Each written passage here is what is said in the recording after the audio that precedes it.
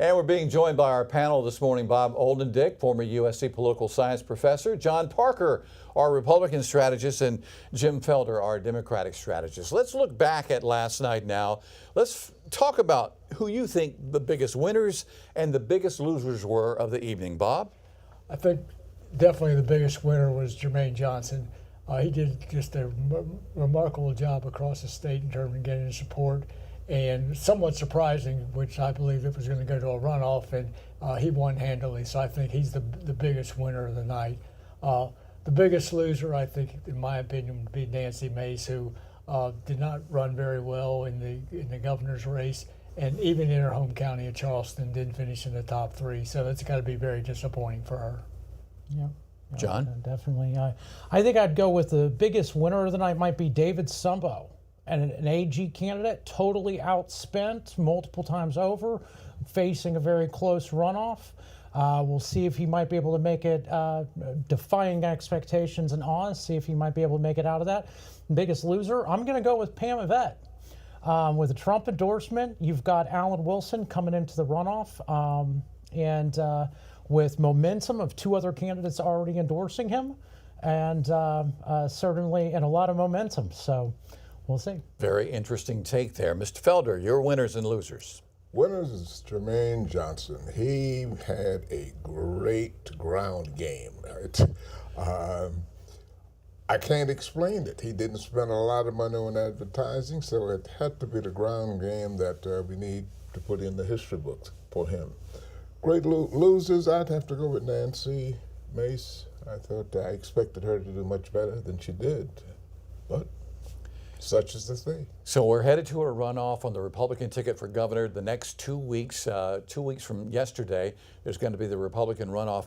Bob, what happens between now and then? See both of the candidates, both in the governor's race and the attorney general's race, try to get their coalitions together, firm up their support, because we know it's going to be just a battle as now they go head to head.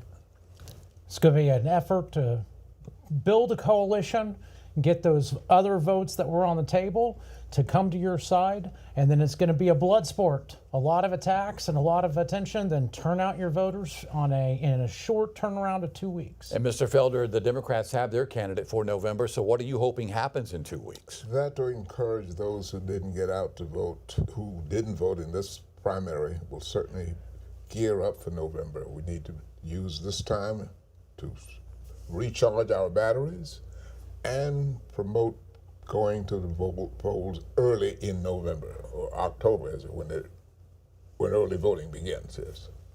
And let me ask all three of you what you believe prompted the big voter turnout that we saw across the state of South Carolina yesterday. Bob? I think there were two important factors. One is just kind of the historic nature of the turnover we're going to see, given that a lot of the races that were up have had people, incumbents in them for 20 years or more. And then just the number and the quality of candidates and the interest that people have in politics has been increasing across the country, and we're seeing that in South Carolina. Sure. The historic election. It's been 16 or 10 years since we've had another governor, so I absolutely agree with that. That would be a big driver of it. Issues like affordability, law and order, these things have been driving people. The redistricting effort was certainly something that drove a lot of turnout on the Democratic side in particular. So big election. On the Democratic side, it's just what you said. That drove a lot of people to the polls. They were concerned about redistricting, eliminating Jim Clyburn's seat, and then the other thing was to fill out the Democratic Party ticket all the way down to the agriculture secretary. That's how I see it. All right, Bob, John, Jim, guys, as always, thank you so very much for your expertise. And we're going to send it back to you guys in the studio.